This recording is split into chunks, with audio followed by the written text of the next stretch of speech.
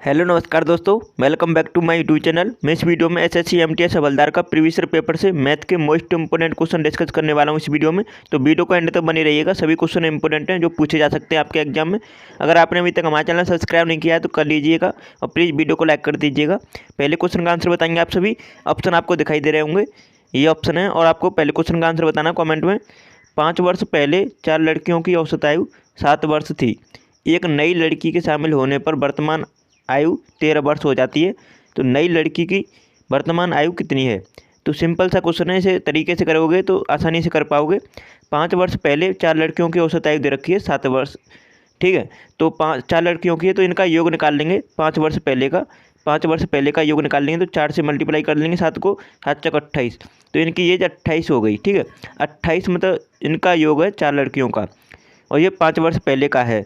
तो यहाँ पे बोला है एक नई लड़की के शामिल होने पर वर्तमान औसत आयु 13 वर्ष हो जाती है। मतलब नई लड़की जब शामिल होती है तो वर्तमान आयु हो जाती है 13 वर्ष। तो यहाँ पे नई लड़की की औसत आयु कितनी है? अब देखो, मतलब नई लड़की आएगी तो मतलब 4 लड़कियाँ तो पहले थी और नई लड़की आएगी एक, तो कितनी हो गई? 5 लड़कियाँ। 5 लड़कियाँ 13 से मल्टीप्लाई कर देंगे तो इनका योग निकल आएगा वर्तमान में 65 आ जाएगा। 13 पन्ना 65 हो जाएगा। अब ये 65 आ गया। अब देखो ये 5 वर्ष पहले का है तो हम बाद में आएंगे, मतलब वर्तमान में आएंगे तो 5 वर्ष मतलब 4 लड़कियों की 5 5 जुड़ जाएगी तो 20 और जोड़ देंगे इसमें, तो कितना हो जाएगा? 48। ये 48 हो गया वर्तमान इनका योग 4 लड़कियों का और ये 5 लड़कियों का है। तो उसने बोला नई लड़की आई है जो वर्तमान आयु कितनी है। तो देखो नई लड़की हम तभी निकाल पाएंगे क्योंकि टोटल 5 हैं, 5 का योग है 65 और 4 का योग है 48। तो 65 में से 48 माइनस कर देंगे तो कितना आ जाएगा? 17। 17 वर्ष थी उसकी एज, मतलब जो नई लड़की आई थी। तो फोर्थ ऑप्शन इसका करेक्ट आंसर हो जाता है। इस तरह आपको करना था, सिंपल सा क्वेश्चन था। अब दूसरे क्वेश्चन का आंसर जल्दी से बताओ कमेंट में। 1 वर्ष पूर्व साकेत और तिलक की आयु का क्रमशः अनुपात दे रखा है 5:6। 4 वर्ष बाद यह अनुपात 6:7 हो जाएगा। साकेत की वर्तमान आयु ज्ञात कीजिए। अब देखो सिंपल सा क्वेश्चन है, इनका ये मतलब अनुपात दे रखा है 5:6 दे रखा है। ये कब का दे रखा है? 1 वर्ष पूर्व का, 1 वर्ष पूर्व का दे रखा है। 1 वर्ष पहले का, वर्तमान से 1 वर्ष पहले का दे रखा है 5:6। ये किस किस का दे रखा है? साकेत और तिलक का, ठीक है। तिलक का अनुपात दे रखा है। अब उसके बाद वर्तमान अनुपात दे रखा है, मतलब सॉरी 4 वर्ष बाद का अनुपात। 4 वर्ष प्लस कर लेंगे वर्तमान से, तो 4 वर्ष प्लस मतलब यहाँ पे 6:7 हो जाएगा। ये बोल रहा है 7 हो जाएगा 4 वर्ष बाद। अब देखो यहाँ पे आपको दिखाई दे रहा होगा डिफरेंस कितने का है। यहाँ पे 5 और 6 में 1 का डिफरेंस है, 6 और 7 में 1 का डिफरेंस है और 6 से 7 में 1 का डिफरेंस है, 5 से 6 में 1 का डिफरेंस है। अब जैसे डिफरेंस समान होता है तो इनका ये डिफरेंस 1 का है, लेकिन यहाँ पे बोल रहा है 1 से हम देखो 5 से 6 तक जाएंगे या 6 से 7 तक जाएंगे तो मतलब कितने का ये डिफरेंस आ जाएगा। तो 1 वर्ष पहले और वर्तमान से 1 और 4 वर्ष बाद, तो मतलब कितने का डिफरेंस है? 4 और 1 5, 5 वर्ष डिफरेंस है मतलब। तो ये 1 यूनिट की वैल्यू है 5 वर्ष। तो अब बोल रहा है उसने कि साकेत की वर्तमान आयु कितनी है। साकेत की वर्तमान आयु कितनी है तो हमें पता नहीं है। देखो पहले में हम पहले से मल्टीप्लाई कर देंगे, ये साकेत है तो 5 से मल्टीप्लाई कर देंगे तो कितना हो जाएगा? 25। मतलब 5 से 5 का मल्टीप्लाई कर देंगे तो 25 आ जाएगा। समझ पा रहे होंगे आप। तो 5 से 5 का मल्टीप्लाई कर देंगे 25 आ जाएगा, मतलब 1 वर्ष पहले का। अब हमें वर्तमान में लाना है तो 1 वर्ष पहले का है तो 1 वर्ष और जोड़ देंगे तो वर्तमान में आ जाएगा। तो 25 और 5 कितना होगा? सॉरी 25 और 1 कितना हो जाएगा? 26। तो ये वर्तमान में आ जाएगा। अब ये वर्तमान में साकेत की एज कितनी है? 26 वर्ष। आशा करता हूँ समझ में आ रहा होगा। फोर्थ ऑप्शन इसका करेक्ट आंसर है। सिंपल सा क्वेश्चन था। तीसरे क्वेश्चन का आंसर बताएंगे आप सभी। तीसरा क्वेश्चन है, सिंपल सा क्वेश्चन है, इसका राइट आंसर बताओ जल्दी से। पी और क्यू अकेले एक कार्य को क्रमशः 9 और 12 दिनों में पूरा कर सकते हैं। यदि वे क्यू से शुरू करके एक एक दिन छोड़कर कार्य करते हैं तो कार्य कितने दिनों में पूरा हो जाएगा? अल्टरनेट कार्य कर रहे हैं मतलब। तो इस टाइप के क्वेश्चन इंपॉर्टेंट होते हैं। बहुत से स्टूडेंट मतलब इन्हें स्किप करके चले आते हैं, लेकिन सिंपल से क्वेश्चन होते हैं। देखो पी कर रहा है 12 यहाँ पर 9 दिन में और क्यू कर रहा है उसे 12 दिन में पूरा। अब यहाँ पे एफिशिएंसी निकालेंगे अलग अलग दोनों की, तो यहाँ पे इनका एलसीएम आ जाएगा 36। एलसीएम आप सभी निकालना जानते होंगे, 36 आ जाएगा। और 9 से काटेंगे तो 9 चौक 36, 4 एफिशिएंसी आ गई पी की और 12 थे 12 थी 36, 3 एफिशिएंसी आ गई क्यू की, ठीक है। अब यहाँ पे क्यू से शुरू करते हैं, तो क्यू से शुरू करते हैं मतलब 3 से शुरू करते हैं। तो यहाँ पे एक एक दिन छोड़कर कार्य करता है। जैसे पहले क्यू आएगा, उसके बाद एक दिन, फिर दूसरे दिन आएगा पी, फिर दूसरे दिन, फिर तीसरे दिन आएगा क्यू, फिर चौथे दिन आएगा पी। इस तरह कार्य कर रहे हैं। तो हम क्यों ना ऐसा करें कि हम 4 और 3 कितना होता है 7। अब ये 7 कार्य हो रहा है और ये दोनों के द्वारा हो रहा है, तो 2 दिन का कार्य हो रहा है, मतलब क्योंकि एक दिन पी आ रहा है एक दिन क्यू आ रहा है, तो दो दिन हो गए और ये 7 कार्य कर रहे हैं 2 दिन में। तो हमें कराना कितना है 36 कार्य। टोटल कितना कार्य है 36 कार्य कराने के लिए हम कितना मल्टीप्लाई कर दें साथ में कि 36 हो जाए, तो 5 से मल्टीप्लाई करेंगे तो 35 ही होगा। तो 35 कार्य हो जा रहा है और इसमें 5 से मल्टीप्लाई करना होगा, तो 10 दिन में 35 कार्य हो रहा है। 10 दिन में 35 कार्य हो रहा है। अब मतलब हमें एक कार्य और बच जा रहा है, 36 में से 35 माइनस करेंगे तो एक कार्य बच जा रहा है, और एक कार्य को करने के लिए कौन सा आएगा, तो क्यू आए, मतलब कौन सा आएगा आप सभी जानते हैं क्यू आएगा, क्योंकि क्यू से शुरू हो रहा है, तो क्यू बाद में भी आएगा लास्ट में। तो मतलब 10 दिन तो वो लगे, और एक दिन जो बचा है, एक दिन बाकी करने के लिए 3 की इफिशियंसी से क्यू आएगा। तो 10 सही 1/3, मतलब इसे इस तरह भी लिख सकते हैं 10.33। ठीक है, तो कौन सा ऑप्शन करेक्ट आंसर है, फोर्थ ऑप्शन इसका राइट आंसर है। सिंपल सा क्वेश्चन था, लेकिन आसानी से कर पाओगे इस तरह करोगे तो आशा करता हूँ समझ में आ रहा होगा। तो प्लीज़ वीडियो को लाइक कर दीजिएगा। चौथे क्वेश्चन का आंसर बताएंगे आप सभी। चौथा क्वेश्चन का आंसर बताओ, वह राशि कितनी है जो 5 वर्षों साधारण ब्याज की दर से 4 वर्षों में 1440 रुपये हो जाएगी। देखो 5 वर्षों में 5% की रेट से 4 वर्षों में 1440 हो जाएगी, ये बोल रहा है।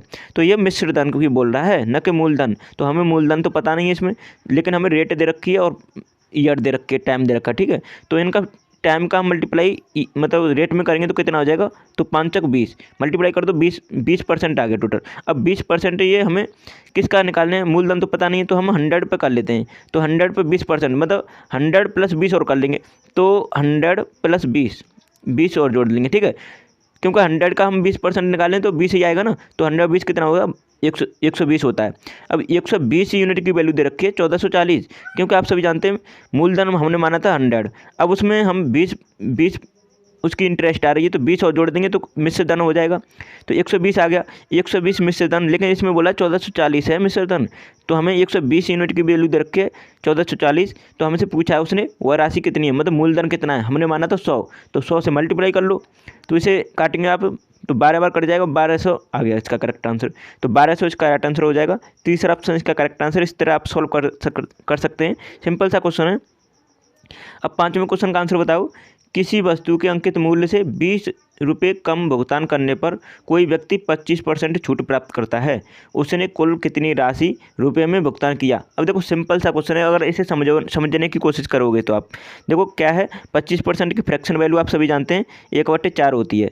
तो मतलब 4 पे 1 की छूट दे रहा है, तो मतलब 4 की चीज़ को 3 में बेच रहा है, तो ये क्या हो गया, SP 3 और MP हो गया, MP आपका 4 हो गया। अब आपको एक चीज़ तो पता चलेगा, छूट कितनी हो गई, छूट हो गई आपकी 1। ठीक है, 1 हो गई। अब आपको पता चल गया छूट आपको पता है 1, और MP पता है, मार्क प्राइस पता है 4, और SP मतलब सेलिंग प्राइस पता है 3। तो आपसे पूछा है वह मतलब कुल कितनी राशि भुगतान किया। भुगतान वही राशि होती है जो मतलब बाद में जो दी जाती है, तो मतलब सेलिंग प्राइस ही होती है वो। तो यहाँ पे आपको यहाँ पर 20 रुपये कम भुगतान की करने को, तो मतलब 20 रुपये कम भुगतान करने का मतलब समझ रहे हैं कि मतलब उसने 1% की छूट का मतलब है, ये 1 यूनिट की वैल्यू दे रखी है 20, तो 20 दे रखी है 1 यूनिट की वैल्यू। आपको निकालने कितने की यूनिट की वैल्यू है, 3 यूनिट की, क्योंकि भुगतान जो किया है 3 का, तो 3 से मल्टीप्लाई कर लेंगे 60 आ जाएगा।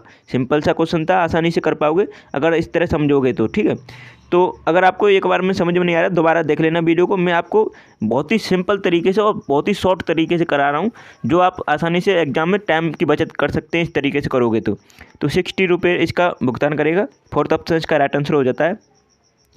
अब नेक्स्ट क्वेश्चन का आंसर बताएंगे। छठवें क्वेश्चन का आंसर बताओ। सिंपल से क्वेश्चन पूछे जाते हैं आपके एग्जाम में। किसी घनाभ की लंबाई, चौड़ाई और ऊंचाई क्रमशः 6 सेंटीमीटर, 8 सेंटीमीटर और 10 सेंटीमीटर है। इसका आयतन सेंटीमीटर क्यूब में कितना है। अब देखो सिंपल सा क्वेश्चन है, आयतन सभी जानते हैं, लंबाई इंटू चौड़ाई और इंटू ऊंचाई, तो इसका मल्टीप्लाई होता है आयतन। अब देखो आयतन निकालने के लिए अब इनका मल्टीप्लाई कर लो, 6 8 48 इंटू 10, तो कितना होगा आप सभी जानते हैं 480 हो गया। 480 इसका राइट आंसर हो गया। अब देखो ये आपको करने की ज़रूरत नहीं है, माइंड में ही कर सकते हैं, 6 × 8 × 10, इससे अब करने की क्या ज़रूरत थी। ठीक है, तो 480 हो गया। फोर्थ ऑप्शन इसका राइट आंसर है। अब देखो नेक्स्ट क्वेश्चन का आंसर बताएंगे आप सभी। सातवें क्वेश्चन का आंसर बताओ। सातवें क्वेश्चन का आंसर बताएंगे, निम्न में से कौन सी संख्या 4 से विभाज्य है। अब इनमें से 4 से विभाज्य आप देखेंगे तो ऑप्शन से आप डायरेक्ट कर पाओगे। 4 से विभाज्य करने का मतलब एक रूल होता है कि जो बाद के दो डिजिट होते हैं उनको आप 4 से डिवाइड हो जाए तो वो मतलब 4 से डिवाइड होगी पूरी संख्या। तो देखो 23 को हम 4 से डिवाइड नहीं कर सकते पूरी, तो ये नहीं हो सकती। 22 को भी नहीं कर सकते 4 से डिवाइड, तो ये भी नहीं हो सकती। 25 को भी नहीं कर सकते 4 से डिवाइड, ये नहीं हो सकती। तो हमारे दो डिजिट मतलब 4 से डिवाइड हो रहे हैं तो हमारी 4 से पूरी संख्या डिवाइड हो जाएगी। तो इसका मतलब देखो 24 को 4 से डिवाइड कर सकते हैं, तो इसका मतलब यही हमारा करेक्ट आंसर है। फोर्थ ऑप्शन इसका राइट आंसर है। इसे आप डिवाइड करके भी देख सकते हैं पूरी संख्या को, तो ये फोर्थ ऑप्शन इसका करेक्ट आंसर होगा। तो आशा करता हूँ आपको समझ में आ रहा होगा। तो आपने अभी तक हमारा चैनल सब्सक्राइब नहीं किया तो प्लीज़ कर लीजिए और प्लीज़ वीडियो को लाइक कर दीजिएगा। और आपको देखो स्क्रीन पर वीडियो दिखाई दे रही हैं, इन सभी वीडियो को एग्जाम से पहले देख लीजिएगा, क्योंकि मैंने सभी जितनी बार प्रीवियस ईयर पेपर में क्वेश्चन पूछे गए हैं इंपॉर्टेंट क्वेश्चन, उन सभी क्वेश्चनों को मैंने सॉल्व करा दिया है। तो आप सभी वीडियो को देख कर जाएँ। मात्र 8 से 9 मिनट की वीडियो में आपको 25 क्वेश्चन मिल जा रहे हैं, तो इससे अच्छी बात क्या है बताओ। तो फास्ट रिवीजन करना है तो आपको ज़्यादा से ज़्यादा कंटेंट का फास्ट रिवीजन करना है तो आप इस तरह देख लीजिएगा हमारी सभी वीडियो को। एक ही प्ले लिस्ट में मैंने प्रोवाइड कर दी है, वहाँ से सभी वीडियो को 1 बाय 1 देख लीजिए एग्जाम से पहले। आपका एग्ज़ाम आप सभी को पता है तो अप्रैल मई में आपका एग्ज़ाम स्टार्ट हो जाएगा। तो अभी से आप कंटिन्यू तैयारी को बनाए रखें, क्योंकि अब टाइम आपके पास बिल्कुल भी नहीं है। अगर सिलेक्शन चाहते हैं तो अभी से कंटिन्यू तैयारी को बनाए रखना। तो चलिए वीडियो को यहीं समाप्त करते हैं। Thanks for watching my video.